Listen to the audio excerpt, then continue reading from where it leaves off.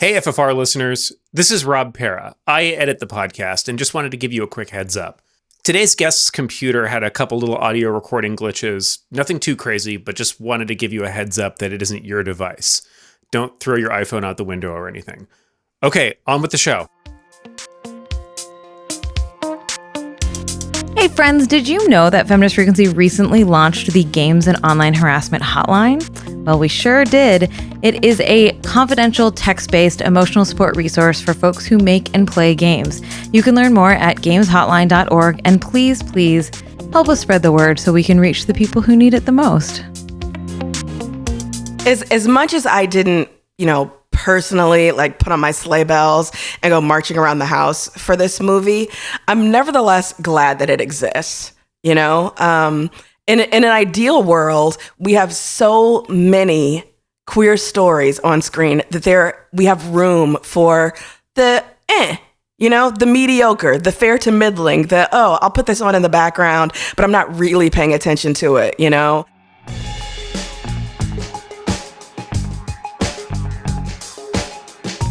Welcome to Feminist Frequency Radio. This is the show that asks you to be critical of the media you love. I'm Anita Sarkeesian, and I'm joined today by two overachieving gift basket curators, Ebony Adams. What's up? And our first-time guest, Dave Proctor. I'm not as smart as Carolyn. That is true. None of us are. Carolyn is busy trying to find some new fish to replace the old ones that she killed, so Dave is joining us as a special guest. Hello, Dave. Hello, Anita. And hello, I love Ebony. that Carolyn couldn't join us kind of last minute, and I was like, who should I invite to talk about a queer holiday rom-com? What about a straight white dude? Straight white dude who can speak deeply to the suburban experience of this film. There you go. Well, at least you have that. So this week, we're going to be talking about Happiest Season, a queer holiday rom-com now available on Hulu. Stay tuned.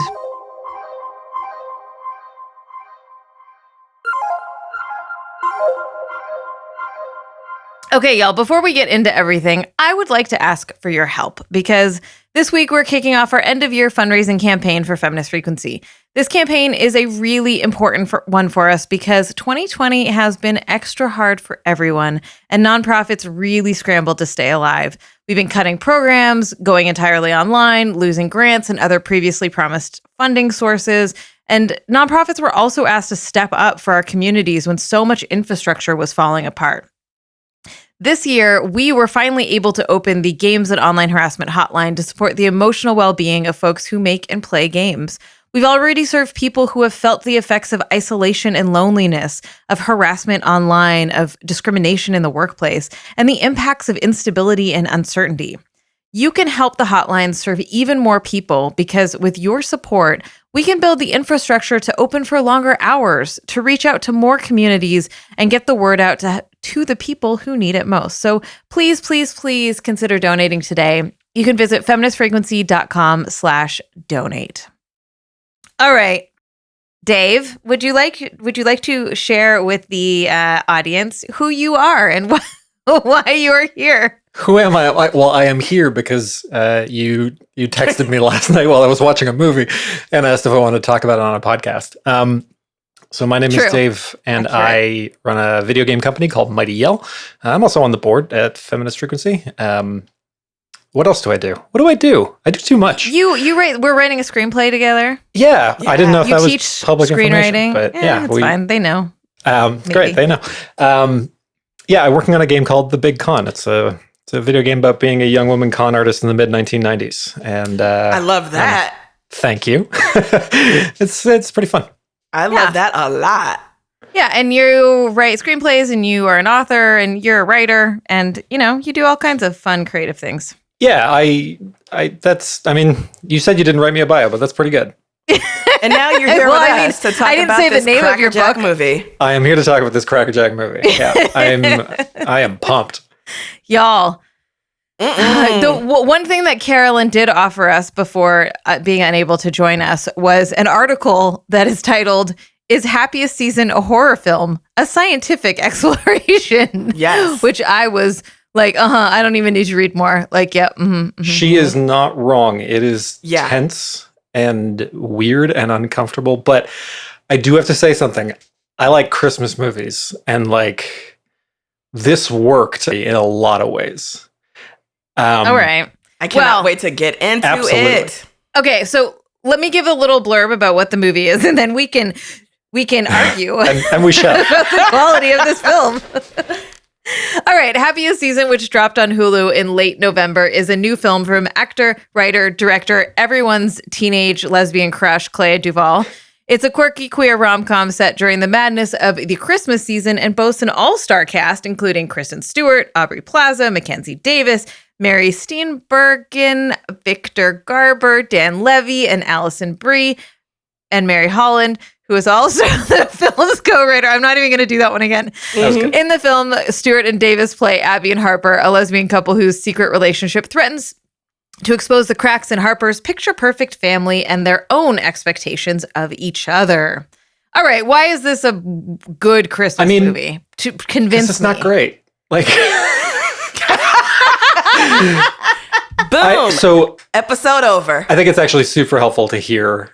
I want to hear all the ways that it sucks, because like I think a Christmas movie is always about how tradition like can solve problems, which is why, and I'll say it in a public forum, Die Hard isn't a Christmas movie.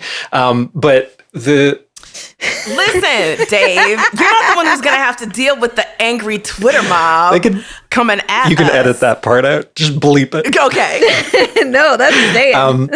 But it's coming in hot. It presented a problem and a new problem, right? Like it is a queer film, and used the very predictable tropes of Christmas movies, especially like pop Hollywood Christmas movies, to solve that problem. And I don't know. It's a Christmas movie. Let's please someone else say something. What are your favorite Christmas So movies? my favorites are like classics. I love like It's a Wonderful Life and the Alistair Sim Scrooge. I really like Scrooged with Bill Murray. Oh yeah. And I love it because I also love like A Christmas Carol, like that the magic of Christmas. I'm such a sucker for this shit. But I think it satisfies, like the Bill Murray one hits the emotional tones really, really well about and it does so in such a way that, you know, it's not just like the power of Christmas is incidental. It's actually about giving a crap about other people. And that's why I think it's great. So this is not on a pedestal with those films, but like, I don't know. We can dive more. So you think it works in terms of the expected structure of a Christmas unbelievably movie and the quality. Yeah, there's that one scene in like when they go to the skating rink and there's the sort of like tonal shift where they're about to race. It's this, you know, grafting on of hijinks that I think is a what do you mean the tonal shift? Sorry, that's one. It's this crafting on of hijinks that like Christmas movies trade in, and I was like, okay, yeah, that makes sense. I do think it has a lot but they're not good. No. But here's the thing is that like everything that this movie tried to do to build tension and to like what you're saying, this grafting on of hijinks, which is a great way of describing it, I kept being like, oh, this is supposed to be a moment about something, and it's just not working. Like the whole movie, I kept being like, oh, this is a moment. Oh, I see. Oh, okay, cool. Like it's just like from the very beginning, I literally, my first two notes are BDSM Christmas couple. Oh my God, this is trying so hard. Like every moment of it was just a little bit off. Like it needed to be more fine-tuned in a way for me. Okay, I love holiday movies. But, you know, like a lot of people, I'm left unfulfilled by the offerings that we get from like Hallmark and Lifetime, like, you know, the Christmas factory of movies that get churned out So there's, a different TV movie, every day during November and December. And it's 2 hours of white people in a small town discovering that they rather would be bakers than, high-powered advertising executives in New York. There's only so many of those I can watch. But I do love, Scrooged and, Jingle Jangle, new Christmas classic. Check it out if you haven't. I do love that. I am, however, and how often do I say this on the show? I really should not be a co-host on this show because I'm terrible. I'm not the right audience for this particular movie because as much as I wanted to see happy, or not even happy, but just lesbians, celebrating the holidays and getting to, do the same shit that people do in these holiday movies, I just didn't care about Abby and Harper as a couple. But what about Abby and Riley as a couple? Well, yeah, right? Like a lot of people, if it had turned out that Abby had hooked up with Riley at the end, I would have been completely satisfied. But Harper is given, she's such a, we get to see her doing things that demonstrate that she's actually a good person and someone that you would want your main character to be in love with and be attached to for life before she starts acting out and letting us down and letting Abby down. And so the central conflict around which this movie rotates just didn't work for me. But also, I'm not the right person for this movie because as much as I love romance, and y'all know I love romance, I read tons of romances, I'm not a huge fan of rom-coms. So I shouldn't even be talking about this movie. But I'm do y'all remember that episode, if you watch King of the Hill, where Hank was the problem with Christian rock is that it makes Christianity and rock music worse. I feel that way about a lot of rom-coms. The romance is unsatisfying and the comedy isn't funny. This movie was trying so fucking hard. And there were occasional moments where I did laugh out loud, usually because of Mary Holland, who is hilarious as that sister, the forgotten sister. But you remember when I think this is 2/3 of the way through the movie when Harper and her friends and her ex-boyfriend are at that bar. And it's this gross fratties. Exactly my point, right? It's what's perfect about it is that we can all relate to going back. Well, not all of us, but many of us can relate to going back to our hometown for the holidays and ending up in that one bar. And you're I'm too old for this town. I've outgrown this town, but this is what this town and this is what it has to offer, And I was into that. But then the fact that the bar was named Fratties just put a pin on it. And I was this movie throughout wants to tell me something is funny. It's when someone tells you a joke and they're did you hear that? You hear that? Huh? You hear what I said? It doesn't trust the audience to find its own way. And so I was frustrated. Yeah. I enjoy a really good rom-com. Mm-hmm. I just think there are so few of them. Mm-hmm. There's a handful of really good ones and the rest of them are this. And I don't have time in my life for this kind of shit anymore. It's so deeply unsatisfying to me because it's just not, it's exactly what you said. It's you get that they made a joke, but it's not funny. I'm not laughing along with it. I also didn't really believe the central conflict or the character motivations for a huge part of this other than Abby. I think Abby's character consistently made sense, although Kristen Stewart has one facial expression the whole time in everything she's ever done, and it drives me fucking bonkers. Oh man, I'm into it. I love it. Yeah, but her character has one concern. Whatever her one expression is, I'm a fan. I hate it, but it also because I hated this movie so much and Abby was the only character that you could possibly have any sympathy for, really, I found myself drawn to her. Also, the outfit at the last party with the button, the open collared shirt and the loose tie thing was so hot. Holy shit. So good. Yeah. I was I forgive all of your inability to act based on this one outfit. No, there's a screenwriter on this film and there's a costume designer on this film, and they were both having separate but equally fun times for themselves. Totally. So I feel they are trying to set this thing up, right? So Harper hasn't come out to her family yet, which part of me is very eye-rolly of cool, we're going to have another story about pretty white ladies who haven't come out yet, and that's going to be the central conceit here. I was also really angry that Harper gets forced out of the closet by her sister, and that wasn't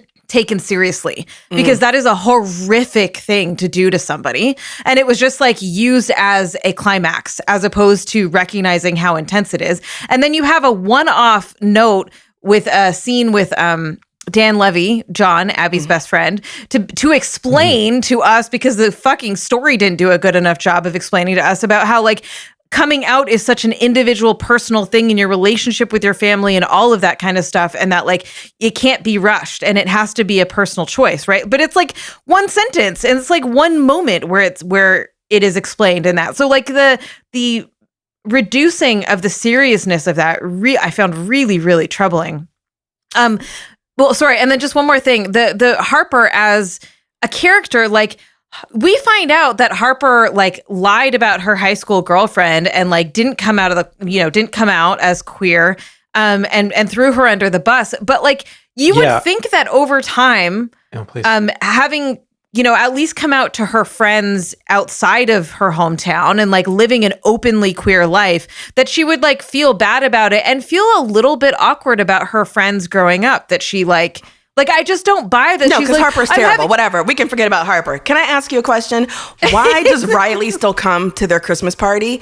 After Harper did what she did in high school, I would pay you dust. I'm not coming to your Christmas party.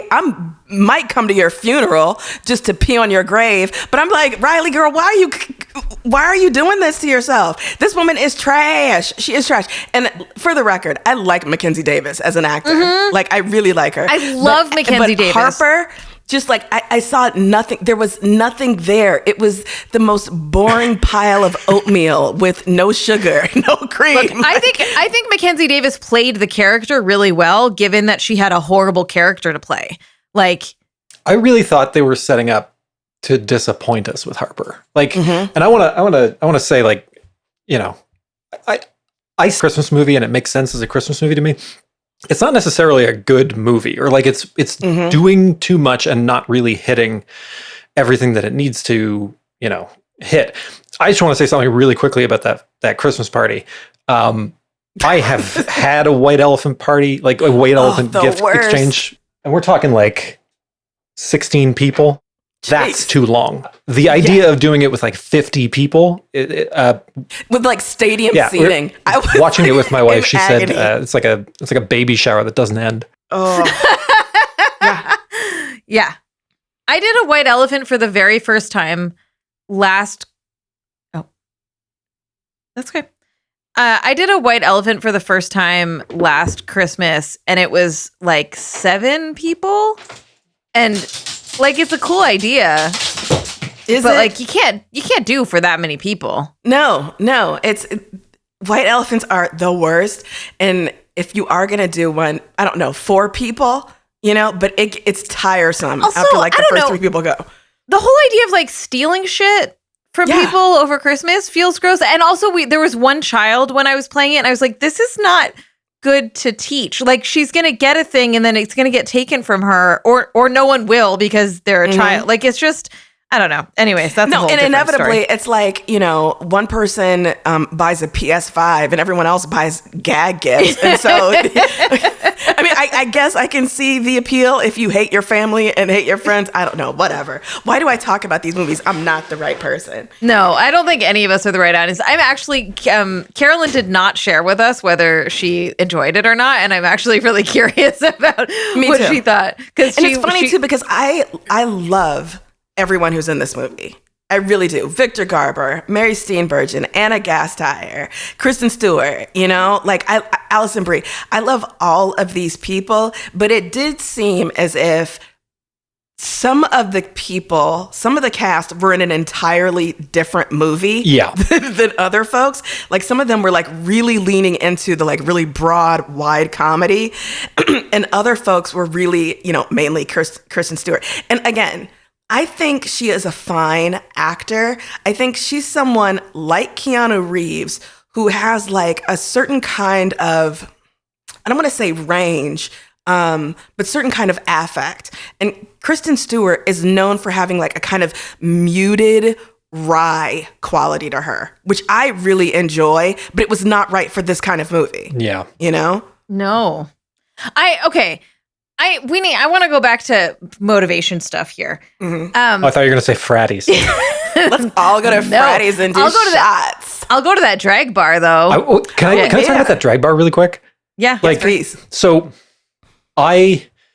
here's one of the things that I thought was heartfelt and interesting is that where the movie sets up so many different scenarios, like the part where we find out that Anna Gasteyer's character is like there's stakes there too. The family has to be all perfect there too. When they added that layer, I was like, this movie's doing way too much. Like my brain is tired. But the core premise at the beginning of the film was Kristen Stewart doesn't like Christmas. She doesn't fit into Christmas. And I think they're for like queer cinema where like she has to find this version of, whatever is representing her life in Christmas. And that's what I thought we were walking into. And there are parts of this movie that do it, which is why, the fact that it's a poppy, schlocky Hollywood Christmas movie, but centers around these two women, I think is like in some small way a positive thing. We can still be critical about all the ways it fucks up. But the part where they go to the drag bar and she's like, I don't like this. I feel weird. And then she starts slowly singing Must Be Santa Claus, which I think is my least favorite Christmas carol, by the way. You can see like this moment of reflection where she's like, I see how this works for me. I see this space where I can be myself and have Christmas. And like that kind of worked for me. I like that. And that's also why I thought she and Riley Grenette up together. Like, because, yeah. Listen, they absolutely have the best chemistry. There is a better version of There's a lot of better versions. There's several different better versions of this movie. But there's a better version of this movie in which the whole coming out plot is excised. And, the character of Harper is already out to her family. But the story revolves around, Abby's like coming to, like grow and expand, in her love and openness, both with her partner and with Christmas, and like, she goes to the family home and she's kind of oppressed by how overtly like cheery and jolly and picture perfect their Christmas celebrations are. The whole like, political donor gone and launched subplot is completely cut out, etc. But it's exactly, there's a better, funnier, sweeter movie there with Aubrey Plaza as Riley, as, Harper, and Mackenzie Stewart is instead playing the villain, trying to maybe like steal one of the women away. I don't know. Like there's a better movie there. Or going back to what you said, Anita, and the link that Caro shared, there's a horror movie version of this that's also very good. I haven't read that link yet, but do they essentially say this movie is Get Out? Oh, fuck. Yes, because it is. It's come out, Like they're like the basement. Like seriously, when there's the scene of them driving to Harper's house, I was like, oh, okay, so we're going to do a little Get Out thing.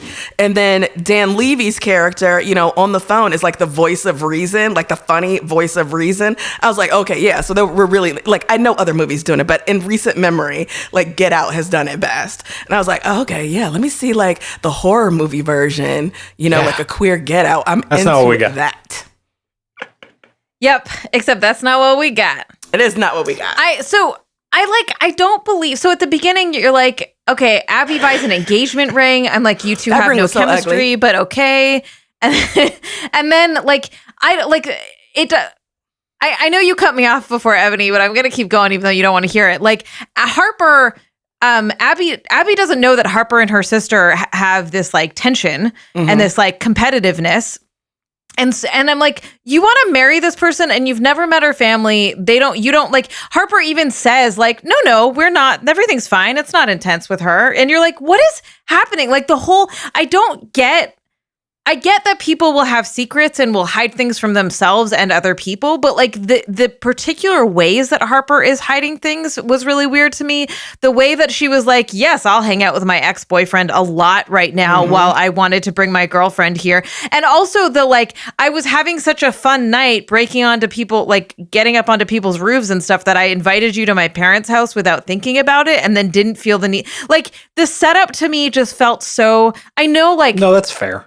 I know I should have a little bit of just like, okay, it's fine, it's a Christmas movie, but I just couldn't. Like, it just felt so stupid. And like, give me something more to hold on to. Like, every one of Ebony's suggestions would have made this so much better. Then you have go ahead. No, I was just going to say, like, you talked about not knowing her family. I think just as Ebony said, there's a version of this where it's about finding family. I think this whole script, and I'll watch it again next year. Like it's gonna happen. Like that's gonna happen. But I think this whole script just bit off more than it could chew. In terms of thematically, we're going to talk about coming out. We're going to talk about how personal that is, but we're also going to talk about like family pressure, and we're going to talk about found family, and like any one to two of those themes. And I really think this structure could have knocked it out of the park. Yeah. And I think it just tried for worse to do them all. So you know what I think?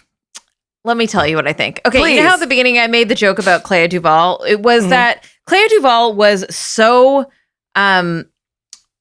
was one of the few like queer actors when I was like a young queer figuring shit out. And so there was a few movies that came out that like everyone, like every lesbian would latch onto, right? And like Clea DuVall was cheerleader. Yeah, totally. Yeah. And like there was a few others, right?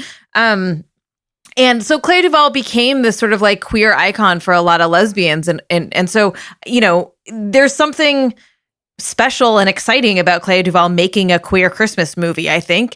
But it feels like it's of that time. This movie feels like it should have came out in the late 90s or the early 2000s. That like narratively, socially, and not that people aren't still struggling with their families and aren't still coming out and that there aren't places for those kinds of stories. But I feel like I wanted more. I didn't want it to be a coming out story, first of all. I wanted to see the celebration and the joy and the conflict of Christmas. And you happen to be a queer couple doing that, you know? Yeah. Like it feels a little dated to me. Well, I don't think it's your place to say when the movie should come out. Shut up. I do think that like as much as I didn't, personally like put on my sleigh bells and go marching around the house for this movie, I'm nevertheless glad that it exists, Yeah, I agree with you. In an ideal world, we have so many queer stories on screen that we have room for the the mediocre, the fair to middling, I'll put this on in the background, but I'm not really paying attention to it, the ones where, you only watch it for one character, whatever, where each queer story doesn't have to be the end all be all. And so I'm happy for this movie to exist. I'm not like Dave. I'm not going to get the Happiest season advent calendar. I'm not going to start cosplaying as, Papa Caldwell, but I don't judge him for those choices. I just, like I said, it's hard for me to know where I finally end up on this movie because I'm already going into it knowing that I'm not a huge rom-com fan. But just stepping back as like a film fan, I'm thinking like, I don't hate that this movie is out there. I do love that it's a queer story and that's not like obscured, like that's central. There's no part of the messaging that makes you think you're getting one thing, but you actually get another. No lesbians die in the movie.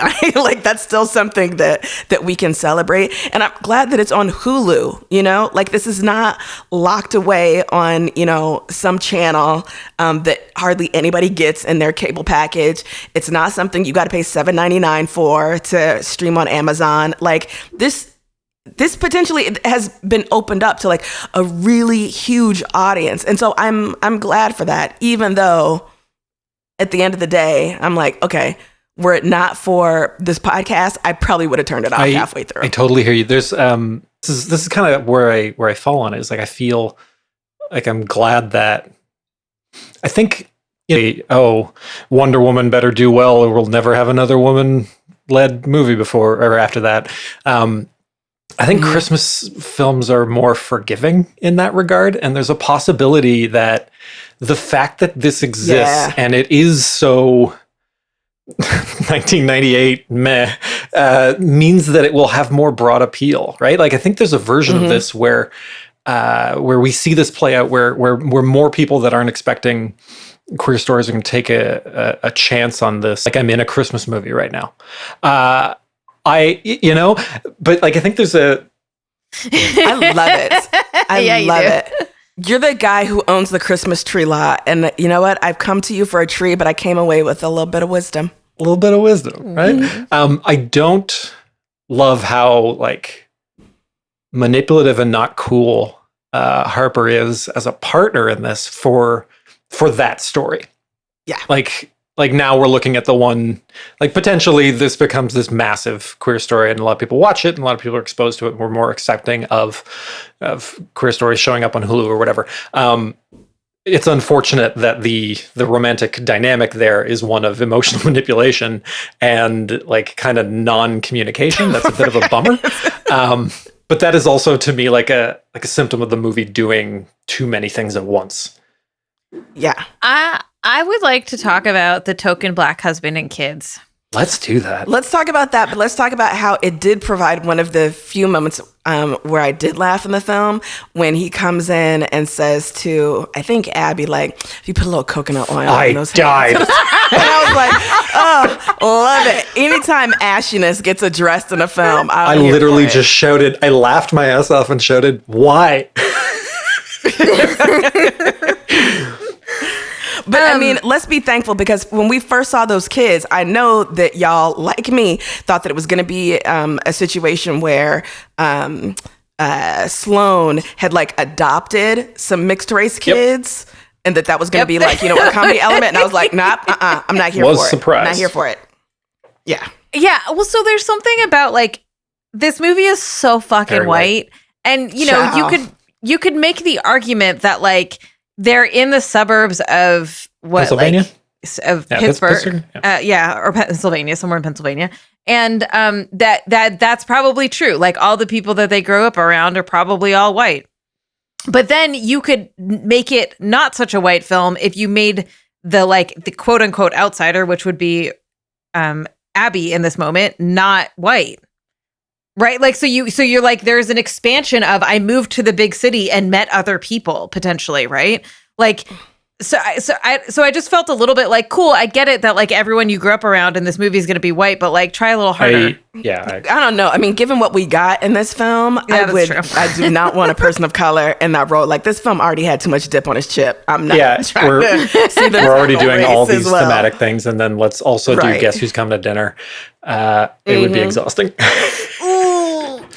Fine. Well, it's true. It's true. I just think I've been thinking a lot about like what it means to like, if you're like, is it okay? Like, it really felt like the husband and the kids were, people of color because they're like, oh, whoops, everyone is white, right? Like at some point, are you like, well, cool, we'll just make this white movie and accept that it's all white folks, or do we actually like make an effort or what? Like, I don't know what the answer is to like, there isn't one answer to it, but it still feels like in this day and age, we should be a little more like, cool, how about doing a little bit more, like Harper, a little bit better, not white. Like there could have been a wealthy family of color living in the suburbs somewhere of Pennsylvania. Like that's not unreasonable. And it would have been, I think it would have been fine. I think it would have actually been easier to take than if Abby was a black woman or anything that wasn't just Kristen Stewart, very paleness. But I think like that's this film is so deliberately, using the template set by like, Christmas movies of yore, Hallmark, Lifetime movies of yore, right? Where it is it's overwhelmingly white. And that is the point of it, like there's this point about like America and family and the things that matter and love and relationships. That's all bound up into our ideas about like for which communities family actually matters, you know, who has access to capital, because, you know, like another unspoken thing about these movies is that they're all heavily middle class, right? Like, it's very rare that you get a film where it's like, oh, here's some working class people, you know, some poor people, you know, getting down, celebrating Christmas. Like, obviously we've got like, you know, the like classics like, you know, Dickens and stuff. But think about how few modern Christmas stories involve anyone other than like solidly, comfortably middle class and above folks, you know, like, I don't think this story works with these people. Like, I think we would need to unpick all of the threads of this movie and completely weave it differently. Yeah, I agree. Their whiteness the family's whiteness is critical. Yeah. To like who they are and what they're trying to do. I wouldn't mind, because like I said, I love all these white people in this movie. These are some of my favorite white people. I just didn't really It is like the movie. queen of Christmas movies. You know, she's like the Jamie Lee Curtis of Christmas. I love her movies. so much. With like One Magic Christmas and Elf. Oh, man. And like putting Mary Steenburgen in a movie is making a Yes. statement.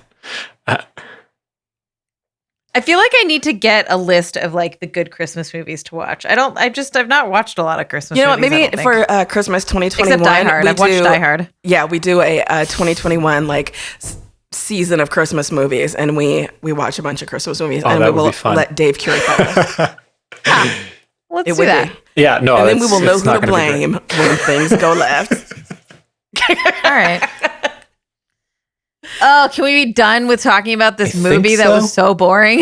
Yes. And just once again, let me plug Jingle Jangle, which is so good. Y'all, if you need a Christmas movie, watch it. All right, real quick before we move on to our freakouts. Earlier, I mentioned that we just launched our end of year campaign, and I want to give you just one more reason to support us. This very show you're listening to right now, even if this episode was a little wonky. People talk about why they hate Christmas. We've had some good episodes. I'm just saying, you know? Anyways, in addition to the critical work we're doing to end abuse in the gaming industry, we have not forgotten our roots, demanding more just media representations, demanding accountability for media makers is as important as ever. And we've seen some remarkable improvements over the years, but the work isn't done yet. So please head over to feministfrequency.com/donate and donate generously to help us keep bringing feminist media criticism to the airwaves. That's feministfrequency.com/donate. Thanks. We'll be right back. What's your freak out? Now it's time to talk about what's been thrilling us, moving us, upsetting us, or infuriating us this past week. And do I have a big one? I just completed last night a giant trilogy called the Daevabad Trilogy by S.A. Chakraborty. And, okay, Ebony just told me that she had just started reading these books. Mm-hmm. They are massive. They're very big. There's a very big trilogy. Yeah. Okay, so it is basically Game of Thrones, except Middle Eastern with magic. Yeah. Which parts of Game of Thrones? By that you mean what? Break it down for me. I will. Okay. As someone who did not finish watching Game of Thrones nor read the book, I'm making a lot of assumptions here. But the book foundationally is about the struggles and vying for power in a lot of ways, but also vying to not be in power, right? So it starts with this woman named Nairi, who is in Cairo. She is basically an orphan. She has no memories from being a child, and she's a hustler. Like, she is, does day by day trying to figure out where her money's coming from, how she's going to buy food, what have you. And she has this weird ability to like understand people's illnesses. Like, she can touch someone and know what, is it their liver? Is it blood pressure? Whatever. But like, that's weird, right? She doesn't know what that means. And then something happens. A thing occurs, which then sets off the entire book. The thing that occurs really is that she learns that she is of magical people, and she's taken to her magical homeland. And that is the most spoilers I'm going to offer because that's like pretty much like the first book, like little bits of the first book. Now, once you get into it, you realize that there are all of these different magical people. There's different magical creatures in this world. They all live like out of the, like humans are not allowed to know about them. And then when you get to this, like this, basically this magical land of magical people, you realize that there's been decades and centuries of turmoil and strife between all of the different cultures and all the different people.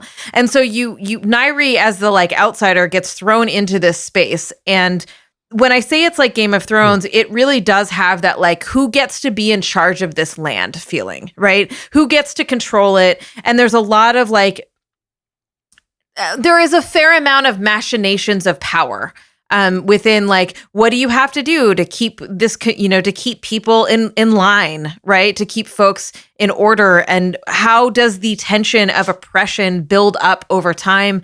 How does mythologizing of history come into play in terms of how you understand your people and their place in the current world? So there's a lot of that happening here. And I found myself both gripped and frustrated by the book. Like there were, for example, the second book, I kept being like, this is kind of boring. I don't really give a shit about some of this stuff. And then all of a sudden, there's a point in the book where it flips for me and I could not put it down for like 2 days. Like I was up until super, super late. I would read first thing in the morning. Like I just couldn't stop reading it. And the trilogy did this to me several times. I think that the second book just kind of sits there in the middle, like in a trilogy often does, where you're building to bigness. And I also struggled a little bit with like, there aren't a lot of characters that you like really like. Like everyone is very complicated. And I think that that's okay. It's just not really like, I don't usually get drawn to that because I want someone to root for, right? Like I want people that I like am super behind.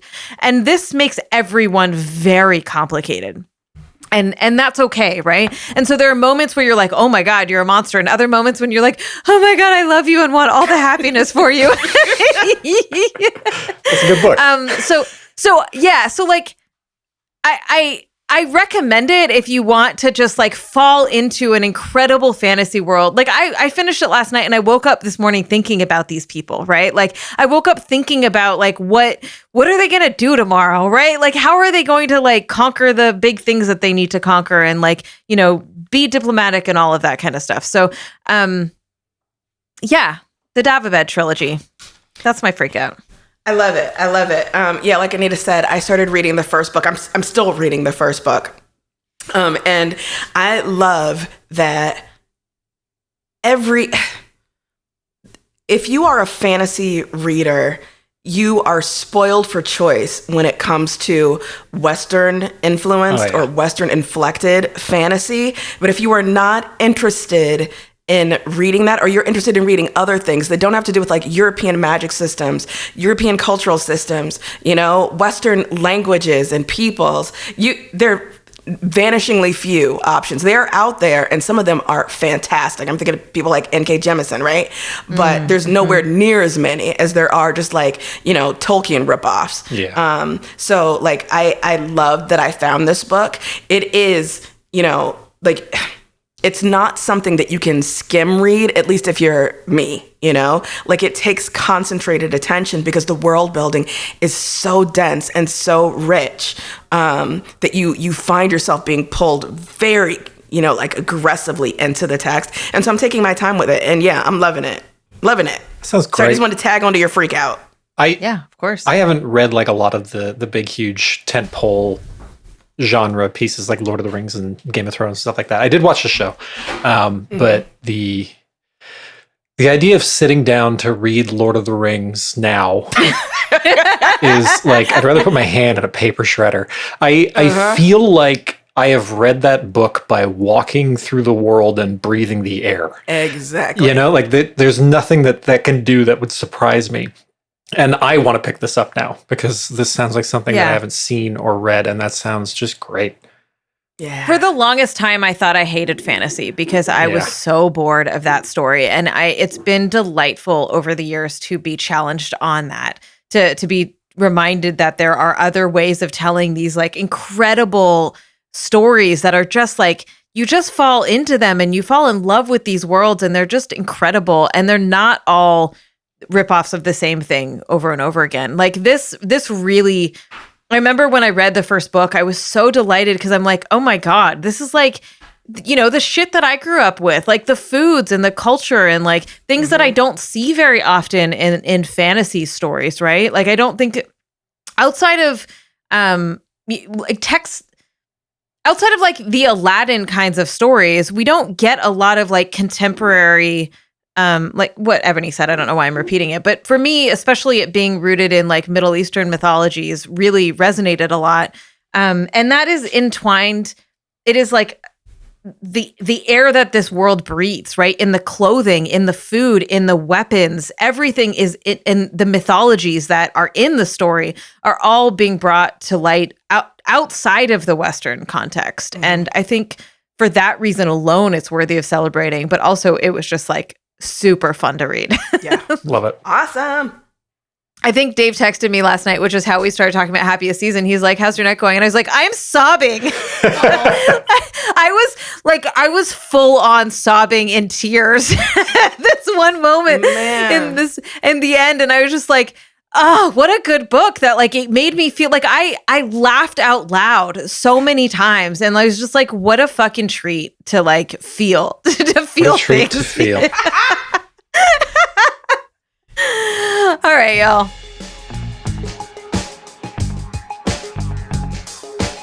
Thank you so much for listening to Feminist Frequency Radio. Next week is actually our last week of the season, and we are going to be talking about Nomadland. And what we found out was that it is only available to watch if you buy tickets in advance.